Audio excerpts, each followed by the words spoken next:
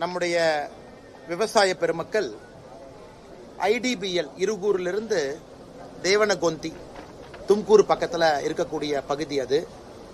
இந்த pipeline project 362 kilometre பிபிஎஸ்சிஎல் project.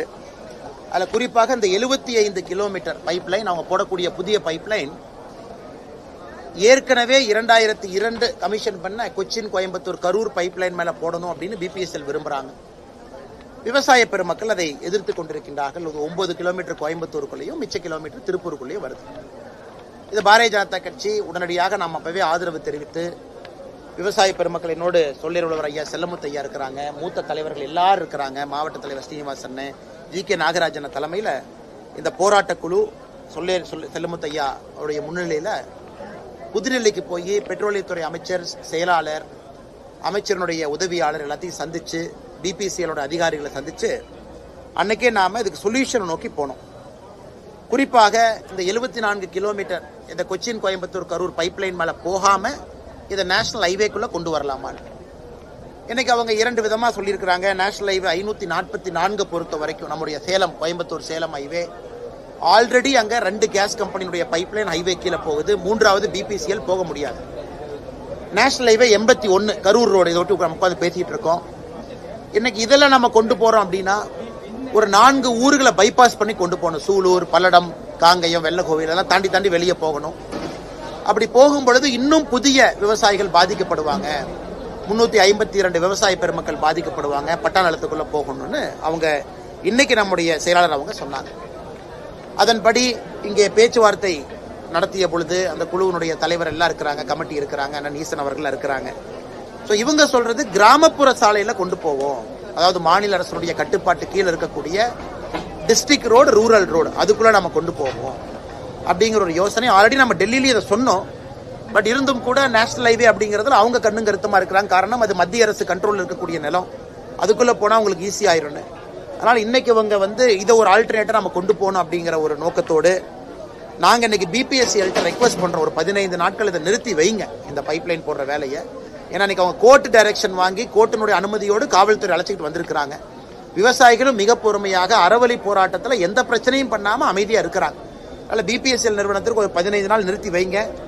மத்திய அரசு சார்பாக ஒரு இணை செயலாளர் இங்கே வரும் பொழுது, இன்னும் ஒரு வாரத்துக்குள்ள வரும் பொழுது அவர்கள் தலைமையில் 2 மாவட்டத்தினுடைய ஆட்சியர்கள், போராட்ட குழுவினுடைய தலைவர்கள், இங்க இருக்கக்கூடிய விவசாய பெருமக்களை வச்சு இந்த ஆல்டர்னேட் ரூட் டிஸ்ட்ரிக்ட் ரோட்டுக்குள்ள போலாமா அப்படிங்கிற கருத்தையும் நம்ம எடுத்துட்டு போலாம் அப்படின்னு ஒரு கருத்து வச்சிருக்கோம். அதே நேரத்தில் தலைவர்கள் சொல்றாங்க, இல்ல நேஷனல் ஹைவேல ஆல்ரெடி 270 கிலோமீட்டர் தருமபுரி பக்கத்தெல்லாம் போகுது, இந்த 70 கிலோமீட்டர் நீங்க புதுசா கொண்டு வாங்க, அதுல என்ன பெருசா செலவாயிர போகுதுன்னு. அதனால இன்னைக்கு விவசாயிகளை பொறுத்தவரை 23 ஆண்டுகள் நாங்க அரசுக்கு நாங்க சேவை பண்ணியிருக்கோம். எங்க நிலத்துக்கு நடுவுலயே பைப்பு போயிருக்கு. இன்னைக்கு அந்த நிலத்தை வச்சு எங்களால ஒரு லோனோ எதுவுமே வாங்க முடியல. ஆனா இதே அந்த பைப் லைன் போகாத பக்கத்து நிலம் பாத்தீங்கன்னா விலை உயர்ந்துருச்சு, அவங்க வித்துக்கிறாங்க. ஸோ நாங்க என்ன தப்பு பண்ணோம், பாவம் பண்ணோம்னு கேட்கறாங்க. அது மிக மிக நியாயமான ஒரு விஷயம். அதனால் தொடர்ந்து அவர்களோடு இருக்கின்றோம். இதற்கு ஒரு தீர்வு கொடுப்பதற்கான எல்லா முயற்சியும் கையில் எடுத்திருக்கோம். இந்த இணை செயலாளர் வந்த பொழுது நிச்சயமா ஒரு பாசிட்டிவான ஒரு முடிவு வரும் அப்படிங்கிற நம்பிக்கை எங்களுக்கு இருக்கு. ஆனா மாநில அரசை பொறுத்த வரைக்கும்னா 2. ஒன்று 2021 இன்னைக்கு இருக்கக்கூடிய முதலமைச்சர் ஐயா ஸ்டாலின் அவர்கள் ஈரோடு பிரச்சாரத்துக்கு வந்தாங்க. அப்புறம் விவசாய பெருமக்கள் இருக்கக்கூடிய மேடையில் இருந்தாங்க. ஸ்பெசிபிக்கா இந்த ஐடிபிஎல் ப்ராஜெக்டை பத்தியே முதலமைச்சர் அவங்க பேசினாங்க. ஐடிபிஎல் ப்ராஜெக்டை பொறுத்த வரைக்கும் விவசாய நிலத்துக்குள்ள போகாதுன்னு சொன்னாங்க. அப்படி இருக்கும் பொழுது அதே முதலமைச்சர் அவர்கள் இன்னைக்கு மத்திய அரசுக்கு ப்ரொபோஸ் பண்ணணும். ஏன்னா மத்திய அரசை பொறுத்த வரைக்கும் எந்த நிலமுமே இந்தியாவில் மத்திய அரசுக்கு சொந்தம் இல்லை. மாநில அரசு கண்ட்ரோல் இருக்கக்கூடிய நிலம், ரயில்வே லேண்டை தவிர அல்லது முக்கியமான டிஃபென்ஸ் லேண்டை தவிர. ஸோ மாநில அரசு, மத்திய அரசு மாநில அரசு மேல டிபெண்டா இருக்காங்க. எங்களுக்கு ஒரு இடத்தை காட்டுங்க, எப்படி போகணும். இன்னைக்கு நாம இந்த கிராம சாலைகள் வழியாக டிஸ்ட்ரிக்ட் ரோடு வழியாக போகணும் அப்படிங்கும் பொழுது இது மாநில அரசே முன் வந்து சொல்லணும், நாங்களும் வர்றோம், சேர்ந்து வர்றோம், அவங்க இன்னும் கொஞ்சம் கோஆபரேட் பண்ணி இதில் நம்ம சேர்த்து கொண்டு போலான்னு. இல்ல இது மத்திய அரசு பிரச்சனை, இல்ல மத்திய அரசு இருக்கக்கூடியவங்க இல்ல மாநில அரசு பிரச்சனை, அந்த அரசியலுக்குள்ள போக விரும்பலீங்கன்னா நம்மை பொறுத்தவரை தீர்வு வேணும். விவசாயிகள் நம்புறாங்க, தீர்வு கொடுப்போம் நம்புறாங்க. ஒரு ரவுண்டு விவசாய பெருமக்களை டெல்லிக்கு கூட்டிட்டு போய் பேச்சுவார்த்தை முடிச்சு மறுபடியும் இங்க வந்திருக்கிறாங்க. பாரதிய ஜனதா கட்சியினுடைய தலைவர்கள் கூட போனாங்க. இன்னைக்கு என்னுடைய மாநில அரசுக்கு நான் வைக்கக்கூடிய வேண்டுகோள், மாவட்ட ஆட்சியர்கள் நீங்க முன்னாடி வாங்க. ஏன்னா இதையே நம்ம நேஷனல் ஹைவேல கொண்டு போனோம்னா 352 விவசாயிகள் புதுசா பாதிக்கிறாங்கன்னு பெட்ரோலியத்துறை செயலாளர் சொல்றாங்க. அதாவது பல்லடத்துக்குள்ள போகாம வெளியே, காங்கேயத்துக்குள்ள போகாம வெளியே, வெள்ளகோயிலுக்குள்ள போகாம வெளியே, இதுல 352 பட்டா நிலத்துக்குள்ள போய் வெளியே வரணும். அப்ப நமக்கு ஒருவேளை இந்த ரூட் வேண்டான்னு இந்த ரூட்டுக்கு வந்தீங்கன்னா இன்னும் புதுசா 352 பேர் பாதிக்கிறாங்க.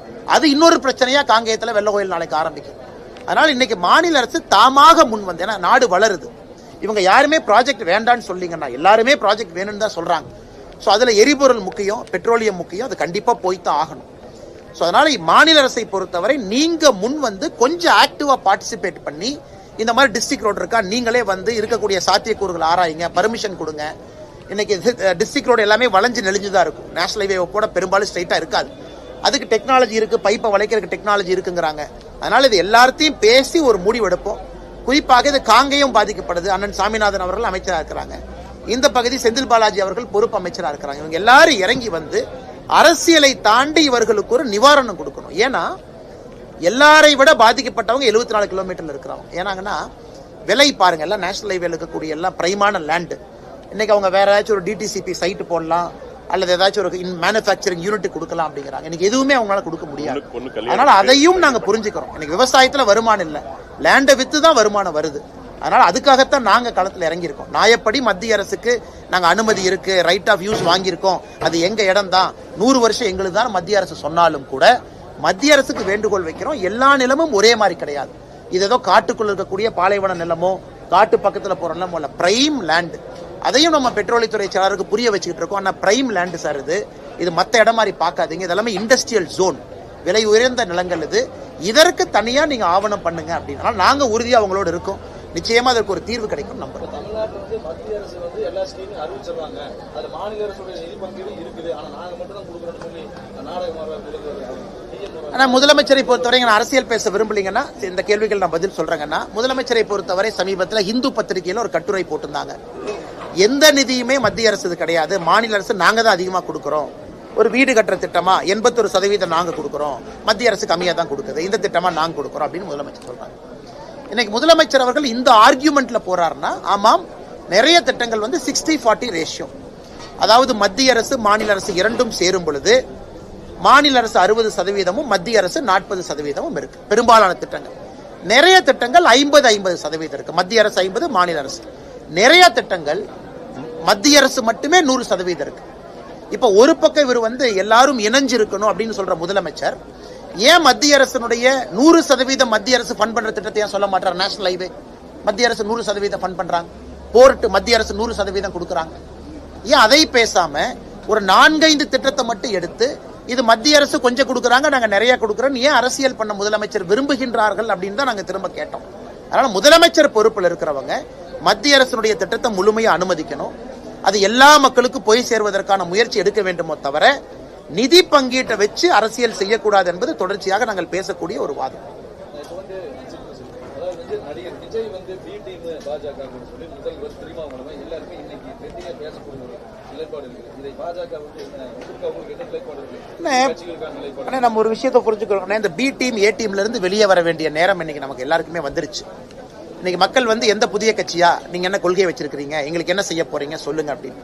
அது நடிகர் விஜய் அவர்களாக இருக்கட்டும், பாரதிய ஜனதா கட்சி அதிமுக கூட்டணியாக இருக்கட்டும், திராவிட முன்னேற்ற கழகம் தலைமையிலான கூட்டணியாக இருக்கட்டும், நீங்க எது பார்த்தாலும் கூட மக்கள் இன்னைக்கு எதிர்பார்ப்பது புதுசா என்ன பண்ண போறீங்க, எங்களுக்கு என்ன சொல்லுங்க, அதை நோக்கி தான் போக வேண்டுமோ தவிர திருமாவளவன் அவர்கள் சொன்னது போல பி டீம் ஏ டீம் மக்களை குழப்புகின்ற வேலையில ஏன் இருக்கணும்? இன்னைக்கு முதலமைச்சர் அவர்கள் 4 வருஷம் ஆச்சு, ரிப்போர்ட் கார்டு கொடுத்தாரா? நாங்க 11 ஆண்டுகள் முடிச்சு ரிப்போர்ட் கார்டு கொடுக்கிறோம். நேற்று வானதி சீனிவாசன் அவர்கள் ஈரோட்ல ரிப்போர்ட் கார்டு கொடுத்தாங்க. கோயம்புத்தூர்ல ஒரு வாரத்துக்கு முன்பு நான் ரிப்போர்ட் கார்டு கொடுத்தோம். மத்திய அரசு சார்பா பாருங்க இதெல்லாம் நாங்க செஞ்சிருக்கோம். அதே நேரத்தில் நம்முடைய தேர்தல் வாக்குறுதியும் கொடுத்து சொன்னோம். இன்னைக்கு 511 தேர்தல் வாக்குறுதி கொடுத்திருக்கக்கூடிய முதலமைச்சர் அவர்கள் 4 ஆண்டுகள் முடிச்சு ரிப்போர்ட் கார்டு கொடுக்கட்டும். எத்தனை முடிச்சிருக்கேன், வாக்குறுதி 1, வாக்குறுதி 5, வாக்குறுதி 9 சொல்லட்டும். அதை விட்டு பி டீம் ஏ டீம்னு எலெக்ஷன் நேரத்தில் பேசினாங்கன்னா மக்கள் என்ன நினைப்பாங்க? ஓ அப்ப நீங்க வேலையே செய்யல, மக்களை குழப்புவதற்காக இன்னும் நீங்க பி டீம் ஏ டீம் பேசுறீங்கன்னா மக்கள் நினைப்பாங்க.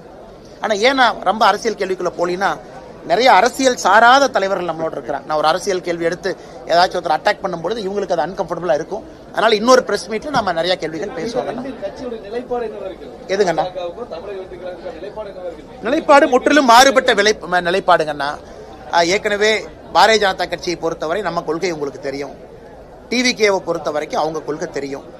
தேர்தல் வர வர வர வர எல்லா கட்சிகளும் இன்னும் தங்களுடைய கொள்கையை தெளிவுபடுத்தத்தான் போறாங்க. அதனால் என்னை பொறுத்தவரை முதலிருந்து நான் சொல்வதுங்கன்னா, ஒரு கூட்டணியும் பொருந்தக்கூடிய கூட்டணி, பொருந்தா கூட்டணி இரண்டையும் நம்ம பார்க்கணும். கொள்கை எதிரி யாருன்னு நம்ம பார்க்கணும். டிவிகேவை பொறுத்த வரைக்கும் எங்களுக்கு மேல பிஜேபி எதிரி, கீழே டிஎம்கே எதிரின்னு சொல்லி அவங்க அரசியல் பண்றாங்க. இதெல்லாம் மக்கள் மன்றத்தில் நம்ம வச்சிருவோம். எந்த கூட்டணியும் இன்னும் முழுமையடையாம இருக்கு. பாட்டாளி மக்கள் கட்சி பேசிட்டு இருக்காங்க, தேமுதிக ஜனவரியில சொல்றோங்கிறாங்க. அதே நேரத்தில் திமுகவுடைய கூட்டணி நிலையா இருக்கா? அங்கேயும் நிலையா இல்ல. திருமாவளவன் சொல்றாங்க, நேத்து பேச வேண்டிய இடத்துல மீசையை முறுக்கி பேசுவாங்கிறாரு. சோ எப்ப பேசுவாரு நாங்களும் காத்திருக்கிறோம். அதனால எந்த கூட்டணியுமே முழுமையாக முடிவடையாத நிலைமையில இன்னும் கொஞ்சம் பொறுமையாக இருப்பதுதான் சரிங்க.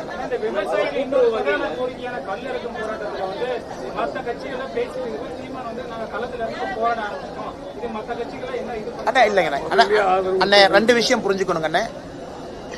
கல் போராட்டத்திற்கு முழுமையான ஆதரவு எங்களுக்கு இருக்கு. அதே கல்ல உடுமலைப்பேட்டை பொள்ளாச்சியில தலைவர்கள்லாம் நாமளும் குடிச்சு அந்த கல்லு போராட்டத்தை ஆரம்பிச்சு வச்சோம். இன்னைக்கு ஒரு தடையை உடைத்து ஒரு போராட்டம் செய்வது எனக்கு அதுல உடன்பாடு இல்லைங்கன்னா, தடையை நீக்கிறோம் நாங்க சொல்றோம். ஏன்னா நாளைக்கு அண்ணன் சீமான் அவர்களாக இருக்கட்டும், யாராக இருந்தாலும் மக்கள் பிரதிநிதிகளாக அரசு இயந்திரத்துல உட்காரும் பொழுது அவங்க கையெழுத்து போட்டு டெசிஷன் எடுக்கணும். நாளைக்கு டெசிஷன் எடுக்கக்கூடிய இடத்துக்கு அவங்க எல்லாம் ஒரு காலத்துல வர போறாங்க. அப்படி இருக்கும் பொழுது இல்ல நாங்க காவல்துறையை தாண்டி மரத்து மேல ஏறி நாங்க கல்லை இறக்கி கொண்டு குடிக்கணும் அப்படிங்கறதுல எனக்கு தனிப்பட்ட முறையில் உடன்பாடு இல்லை. அது இன்னைக்கு ஒரு விவசாய பெருமக்கள் செய்யறதுக்கு முழு உரிமை இருக்கு. மரம் வச்சிருக்கிறாங்க, பண்றாங்க. ஒரு அரசியல் தலைவர்களாக நாம் அதை செய்யும் பொழுது மக்கள் நம்மளை பார்க்கறாங்க.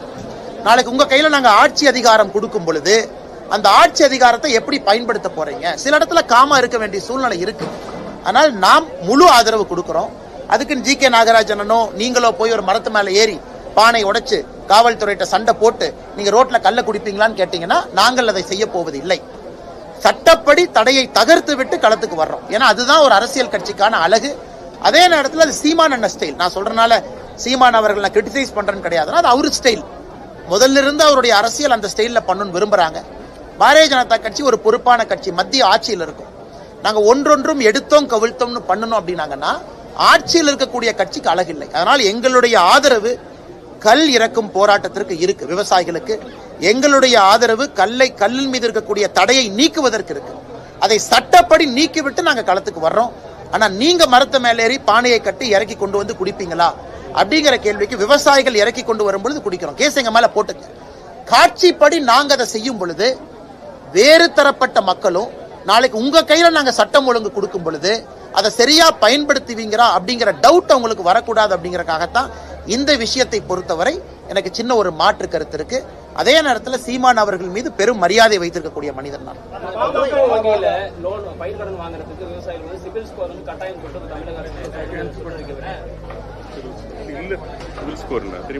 ஆனா சிபில் ஸ்கோரை பொறுத்த வரைக்கும் அது விவசாயிகளுக்கு எல்லாம் எந்த காலத்திலயும் அது பொருந்தாதுங்கண்ணா. அது நம்ம நல்லா புரிஞ்சுக்கணும்.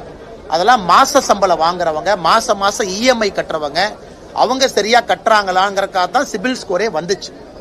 அது விவசாயிகள் போற மாச சம்பளமே வாங்காதவங்க, வருஷத்துக்கு ஒரு அறுவடை பண்ணி ஒரு நேரத்துல பணம் வரும், ஒரு நேரத்துல பணம் வராது, ஆட்டுக்குட்டி ஒரே நேரத்துல விற்க மாட்டாங்க, பக்கத்து தோட்டத்துல கடன் வாங்கி மகசூல் வந்த பிறகு கடனை கட்டுறவங்க, அவங்களுக்கு எந்த காலத்திலயும் சிபில் ஸ்கோர் பொருந்தாது. அது மாநில அரசும் உணர்ந்து அது வேண்டான்னு திரும்ப அது பேக் அடிச்சுட்டாங்க. அதனால சிபில் ஸ்கோர் விவசாயிகளுக்கு யாராச்சும் கொண்டு வரணும்னு நினைச்சாங்கன்னா அது ஒரு மோசமான ஒரு வாதம். அது நிச்சயமா நடைமுறையில் சாத்தியம் இல்லாத வாதம்.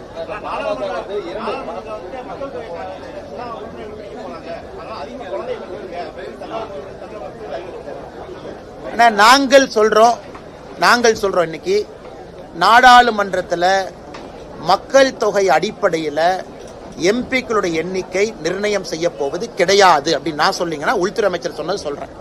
அதனால ஒருத்தருக்கு எத்தனை குழந்தைகள் இருக்கிறாங்க அப்படின்னு கணக்கு கிடையாது. அதனால் இந்த முறை நடக்க போவது இந்தியாவில் இருக்கக்கூடிய புதிய மக்கள் தொகை கணக்கெடுப்பு வந்த பிறகு அதை வைத்து எம்பிக்களை தீர்மானிக்க போவது கிடையாது. அதனால் முதலமைச்சர் அவர்கள் அவருடைய கற்பனை திறனை வளப்படுத்திக் கொள்வதற்காக தேவையில்லாத சர்ச்சைகளை உருவாக்கி கொண்டிருக்கின்றார். அண்ணா ஒரு அணி தாங்கண்ணா. நேற்று அன்புமணி அண்ணன் பேசினாங்க சென்னையில், நான் பார்த்தேன். அன்புமணி அவர்களை பொறுத்தவரை அவருடைய தந்தையாரின் மீது எப்பொழுதும் மதிப்பு மரியாதையும் வச்சிருக்கிறாங்க. இது ஒரு சின்ன ஒரு இடர்பாடாகத்தான் நான் பார்க்கிறேன். இது ஒரு பெரிய இஷ்யூ கிடையாதுங்கன்னா, ஒரு குடும்பத்தில் இயற்கையா வர்றது தான். அவர் கட்டி காத்தவர், சமூக போராட்டத்தில் ஈடுபட்டவங்க, அவருக்கு ஒரு விஷன், இளையவர், இவருக்கு ஒரு விஷன். அதனால் இதெல்லாம் மிக வேகமாக இதெல்லாம் தீர்ந்து ஒற்றுமையாக பலமான பாமக களத்திலே வலம் வரும் என்கின்ற நம்பிக்கை எங்களுக்கு இருக்கு. பிரச்சனை வந்து பாஜக கூட்டணி போறதா திமுக கூட்டணி போறதா அடித்தட்டு பிரச்சனைங்கிறதா இன்னைக்கு ஒரு சிச்சுவேஷன். அதெல்லாம் கிடையாதுங்கண்ணா. ராமதாஸ் ஐயாவின் மீது, மருத்துவர் ஐயாவின் மீது, டாக்டர் ஐயாவின் மீது மிகப்பெரிய மரியாதையை பிரதமர் வச்சிருக்கிறாங்க. சேலம் மாநாட்டில் பிரதமர் அவர்கள் கட்டிப்பிடிச்சு சொன்னாங்க, இந்தியாவினுடைய தலை சிறந்த சமூக போராளி அப்படின்னு பிரதமர் அவர்கள் மருத்துவர் ஐயாட்ட சொல்லும் போது பக்கத்தில் நான் நின்றுட்டு இருந்தாங்கண்ணா. அதைத்தான் அன்புமணி அண்ணா அவங்க நேற்று ஸ்டேஜில் சொன்னாங்க. பிரதமர் அவர்கள் அவ்வளவு பெரிய மரியாதை ஐயாவின் மீது வைத்திருக்கும் போது ஐயாவும் அந்த மரியாதை வச்சிருக்கிறாங்க. அதனால் இதெல்லாம் கட்டுக்கதைகள். நான் பாஜக கூட்டணி இதனால பிரச்சனை என்பது சில விஷம கிருமிகள் ஏற்படுத்தக்கூடிய கட்டுக்கதைகள்.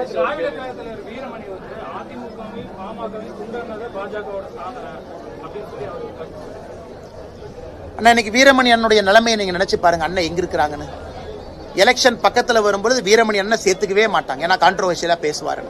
அதனால வீரமணி அண்ணன் அவர்கள் ஒரு கண்ணாடி கூண்டில் உட்கார்ந்துகிட்டு அவர் கல்லெறிஞ்சிட்டு இருக்காரு அவர் மேல. பாரதிய ஜனதா கட்சியை பொறுத்தவரை இந்தியாவில் எந்த பிராந்திய கட்சிகளும் துண்டாட வேண்டும் என்கின்ற எண்ணம் பாரதிய ஜனதா கட்சிக்கு இல்ல. உதாரணத்துக்கு நான் பீகார் உங்களுக்கு சொல்றேன். நிதிஷ்குமார் அவர்களை விட அதிகமாக நாம சீட்டுகளை பெற்ற பிறகு கூட நிதிஷ்குமார் அவர்களை முதலமைச்சராக ஆக்கி உட்கார வச்சிருக்கோம்.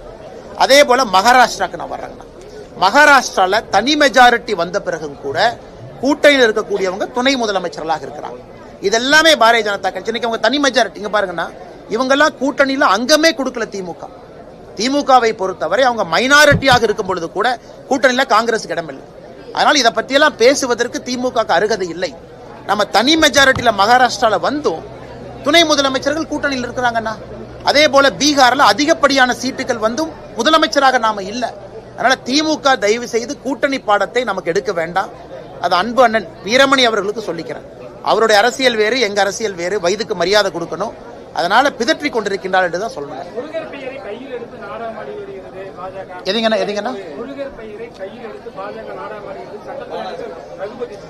ரகுபதி அவர்கள யாரோ புரிஞ்சுக்கணுங்கன்னா, தமிழ்நாட்டில் இந்து முன்னணி என்கின்ற அமைப்பு இருக்கு. அந்த அமைப்பு எப்பொழுதுமே தொடர்ந்து குரல் கொடுத்து கொண்டிருக்கின்றார்கள். ஐயா ராமகோபாலன் அவர்கள் காலத்திலிருந்து மிக மிக ஆக்ரோஷமாக இந்து மக்களுக்கு பேசக்கூடிய ஒரு அமைப்பு. அதே நேரத்தில் சிறுபான்மைய மக்களை எங்கேயுமே போய் அவங்க எந்த பிரச்சனையும் ஏற்படுத்தல, இந்து மக்களுக்காக நிற்கிறாங்க. இன்னைக்கு அந்த அமைப்பு எல்லோரோடு இணைந்து ஜூன் 22ஆம் தேதி மதுரையில் முருகர் மாநாடு ஏற்பாடு செஞ்சிருக்கிறாங்க. பவன் கல்யாண் அவர்கள் தலைமை விருந்தினராக அந்த நிகழ்ச்சிக்கு வர்றாங்க. அமைதியான வழியில மக்களை வர சொல்றாங்க. மிக முக்கியமாக உயர்நீதிமன்றத்தில் அனுமதி வாங்கி இது நடக்குது. காவல்துறை அனுமதி மறுத்த பிறகு உயர்நீதிமன்றத்தில் அனுமதி வாங்கி இதை பண்றாங்க. அப்படி இருக்கும் பொழுது யாருக்கு இதனால் பிரச்சனை வருதுங்கன்னா, முருகர் பெயரை எடுத்தவுடன் எதற்காக திராவிட முன்னேற்ற கழகத்தினுடைய தலைவர்கள் பதட்டப்பட வேண்டும்?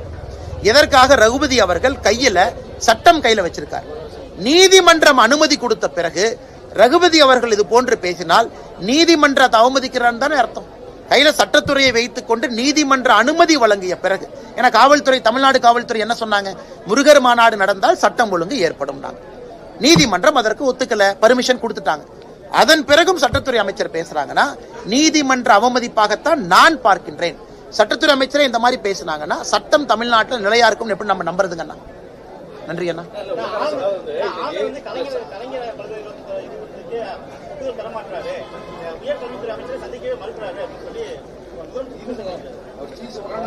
எனக்கு தெரியலீங்கன்னா, இது சம்பந்தமாக ஆளுநருடைய பிஆர்ஓ, ராஜ்பவனுடைய அதிகாரிகள் தான் பதில் சொல்லுங்கன்னா. அந்த ஃபைல் போச்சா, எங்க இருக்கு, காரணம் இதுதானா, காரணம் வேறா, யூஜிசி நாம்ஸை ஃபாலோ பண்ணிருக்காங்களா, இது எல்லாம் ஆளுநர் மாளிகை தெளிவுபடுத்துறாங்க. முதலமைச்சர் குற்றச்சாட்டு வைத்த பிறகு ஆளுநருடைய மாளிகை அதிகாரிகள் நிச்சயமாக இதை தெளிவுபடுத்துவார் நம்புகின்றேன். ஏன்னா நான் இதுல லூப்ல இல்லைங்கன்னா தெரியாதுங்க.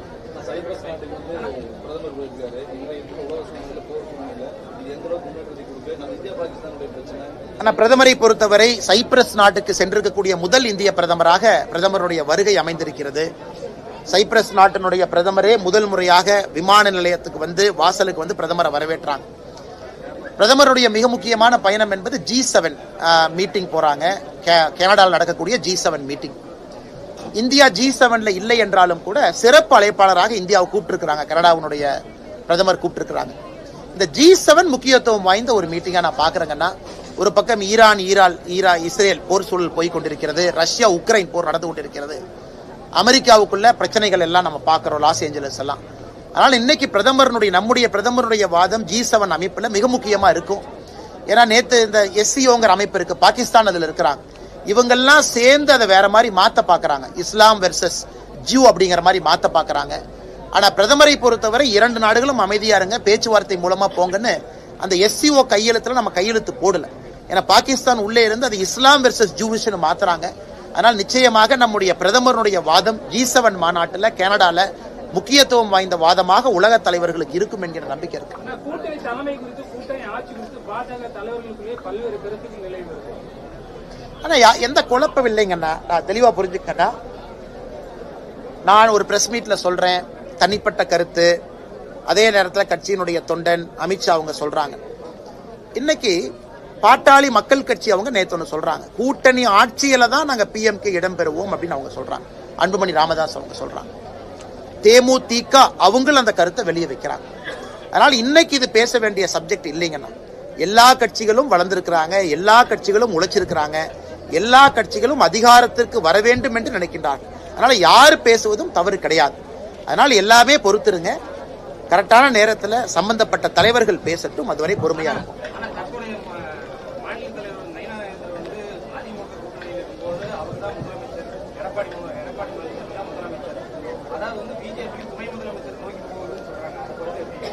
ஆனா அதுக்குள்ள நான் போக விரும்பலீங்கன்னு. இன்னும் எலெக்ஷன் சூடு வரல, யாரும் அறிவிக்கல. அதெல்லாம் சரியான நேரத்தில் வரும்பொழுது நம்முடைய தலைவர்கள் அதை அறிவிக்கட்டும், அதுவரை காத்திருப்போம். பத்திரிகை நண்பர்கள் உங்களுடைய நேரத்தை கொடுத்து இவ்வளவு தூரம் வந்திருக்கிறீங்க, நன்றியை தெரிவித்து